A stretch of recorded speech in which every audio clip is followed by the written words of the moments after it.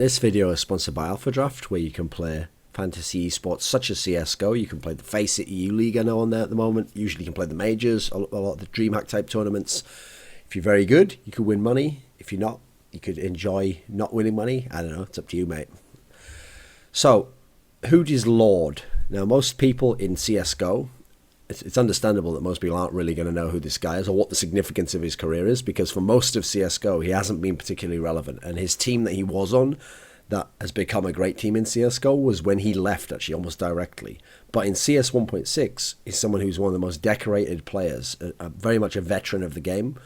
And so we got to go way back in time. And in early 2006, he joined up with the team that was Pentagram, which is the best Polish team. And it was Neo, Taz, Luke, and at the time, what people don't know is it was Lord and Cuban joining up with the team that set in place this legendary Golden Five lineup, which would go on to win a whole bunch of majors over the next sort of 3.5 years. But Cuban only joined at the middle part of the year, around the summer. It was actually earlier in the year, Lord joined up. There was still a decent team at the time. They were like a rising talent in Europe. They had some decent results here and there.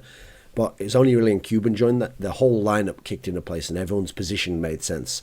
So when that happened around the summer, Cuban joined, within a short amount of time, they'd had some top placings and they would go on to win their first major before the year was out, where they actually shockingly upset NIP, who at the time had probably been the team of the year, and they managed to win WCG 2006 gold medal, which was a national tournament, kind of like a World Cup, but at the time, pretty much every single team had only players from their country anyway, so it didn't limit you in the sense that it might in modern day CSGO.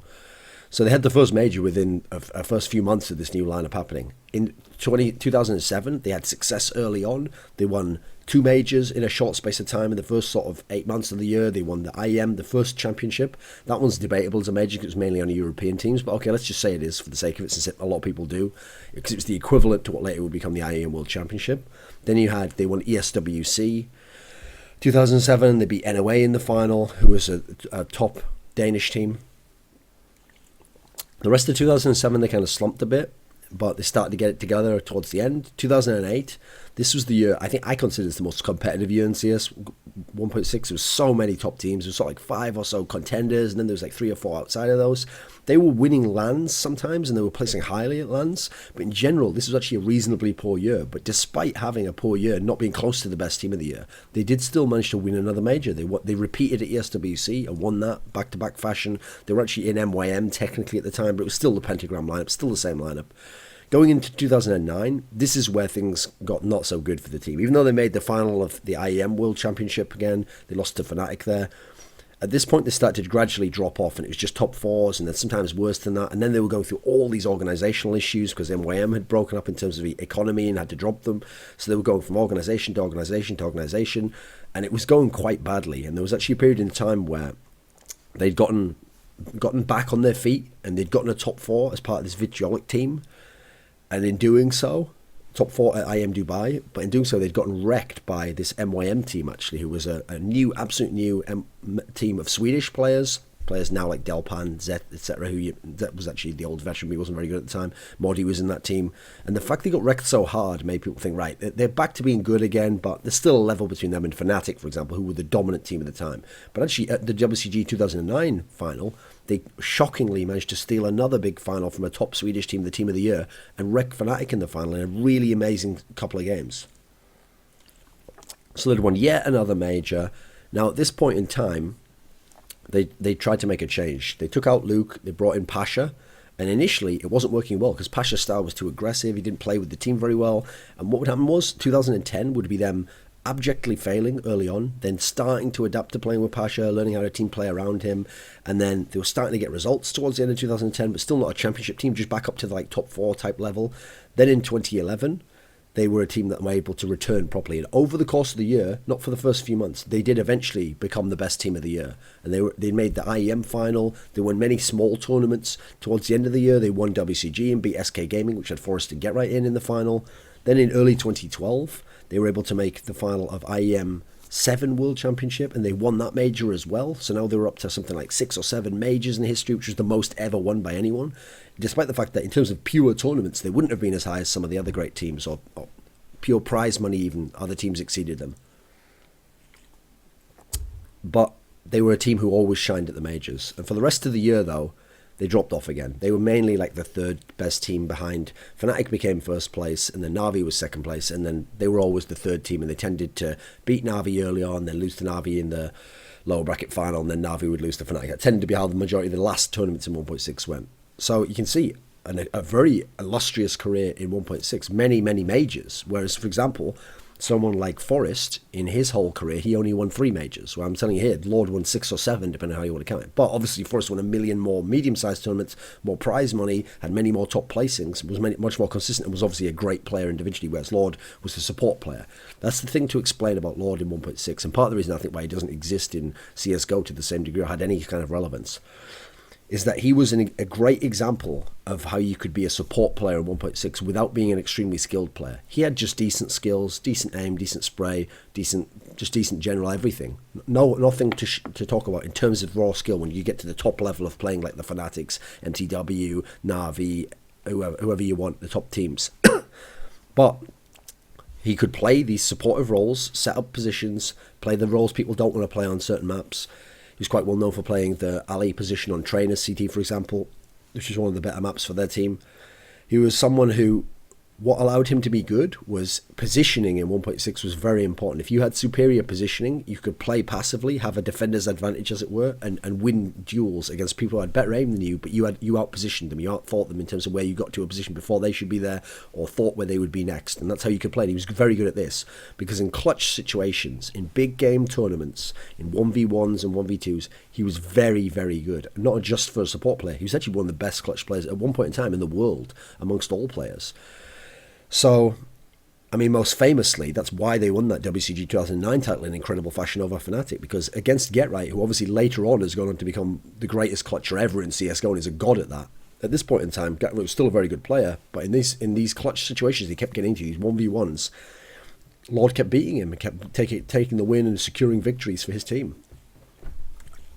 Which also led to one of the most infamous incidents in CSGO history, where because Lord claimed that GetRight had been talking trash to him or said something derisory, once they won WCG 2009 in this shocking upset fashion, most people obviously would just be celebrating. I remember Luke was just like putting his hands on his head like, oh God, what have we done? And then everyone else was like, yes, yes.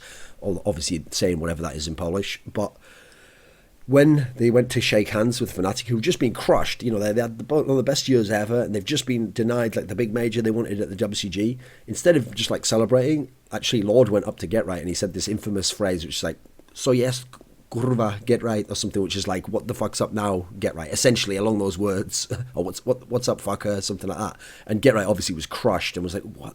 But you didn't know what they meant, but you could tell obviously it was a diss. And so that kind of just shows the personality of Lord. He was kind of someone who did have a bit of a chip on his shoulder.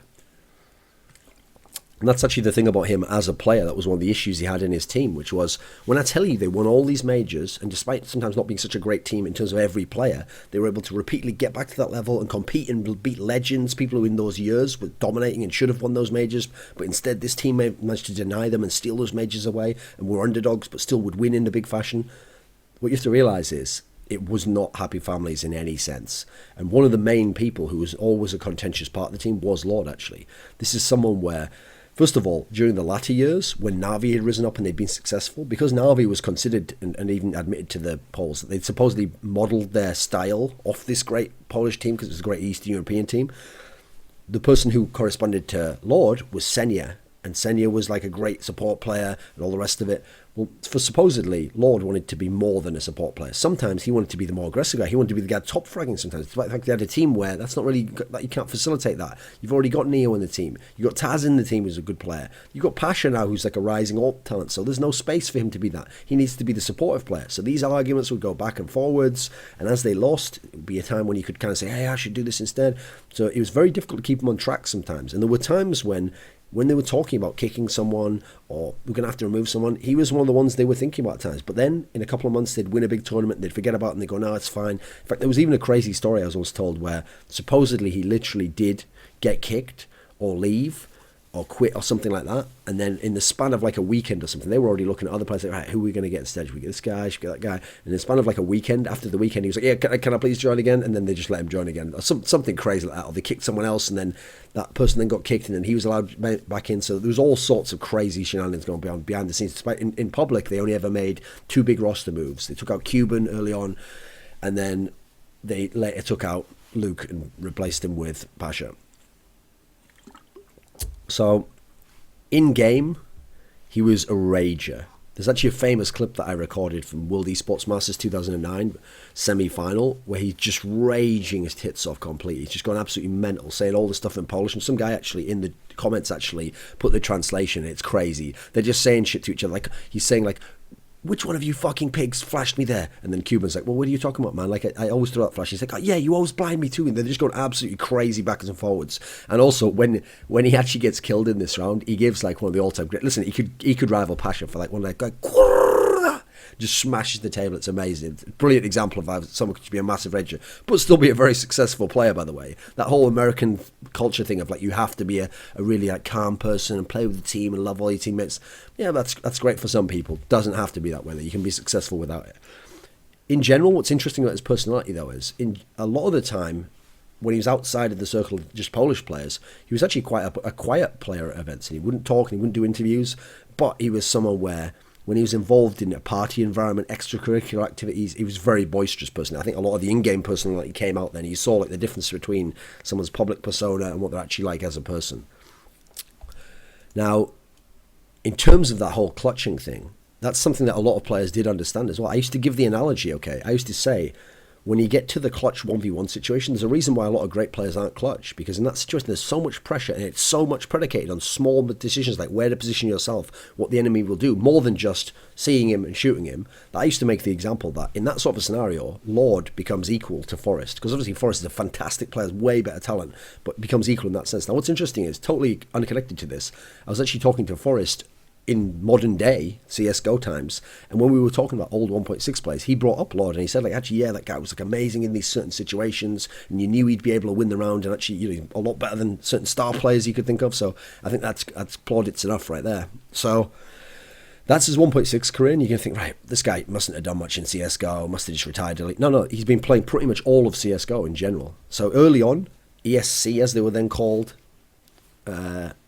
transitioned the whole lineup over to CSGO. They took their whole championship major winning team from CSGO that just won IEM in 2012. They took it over to CSGO, admittedly towards the end of the year because they played all the 1.6 tournaments basically.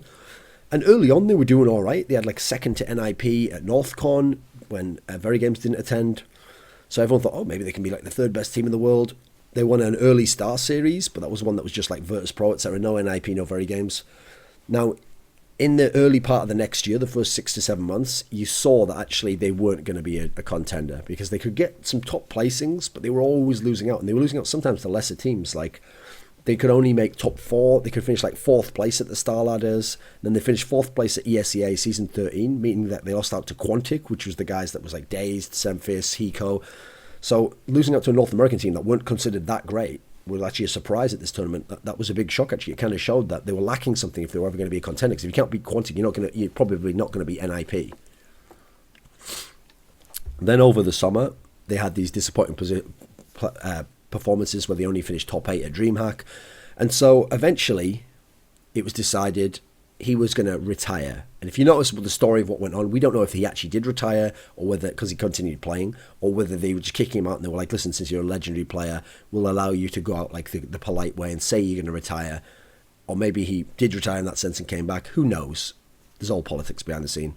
But he officially retired on it was July 18th of 2013. Except something like 2 months later, he made a new team. And in this team, the lineup it would become called like Dobry Gaming and later joined MYM. The lineup was initially like Pete, Hyper, a guy called like Uzi or something, and Minis. So you'll heard of some of these names.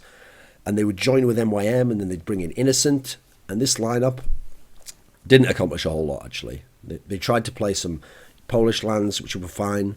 They played some online competitions. I mean, eventually the guy was playing an ESEA Open online, which is quite a fall from grace for someone who once before was winning majors, getting gold medals put on his check and massive trophies, and considered one of the great players, not individually, but in terms of accomplishments, certainly.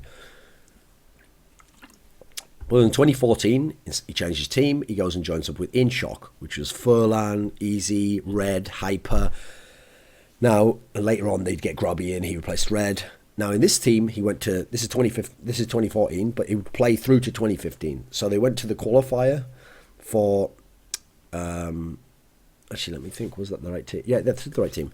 He played for at the ESL 1 Katowice qualifier this year. If you remember, there was the offline qualifier. But at this tournament, they lost the first 2 matches and they were out. They lost to Cloud9, fair enough, except that was the Cloud9 with Shazam, just remember that.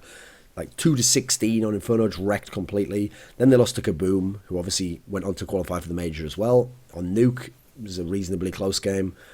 Then they went to Copenhagen Games, but only made top 16, which, if you remember, that was a very weak Copenhagen Games, so that's not a good result there.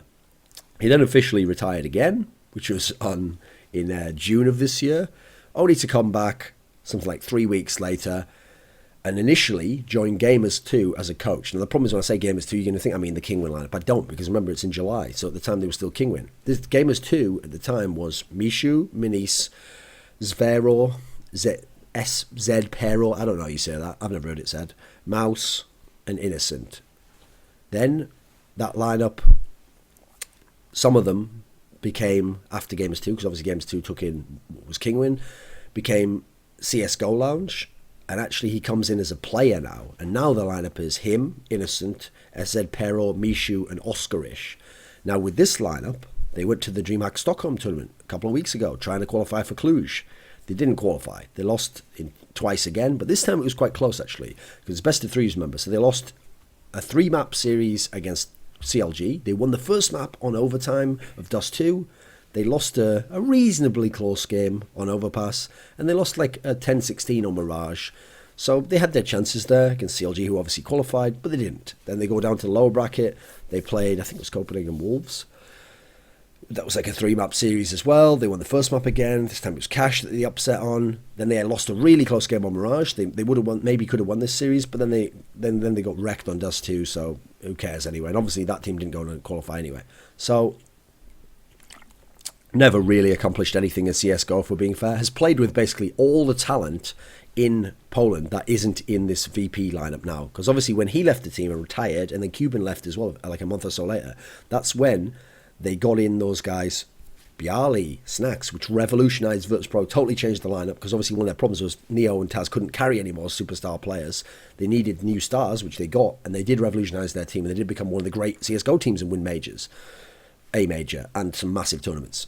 But basically everyone outside of Virtus Pro who's talent, Lord's played with at some point in time. Admittedly not very successfully, but he has played with them, because think of the lineups that we think of that have done the most in, outside of Virtus Pro within CSGO who are from Poland. We've got the lineup that now, well, more recently was called Ebel, right?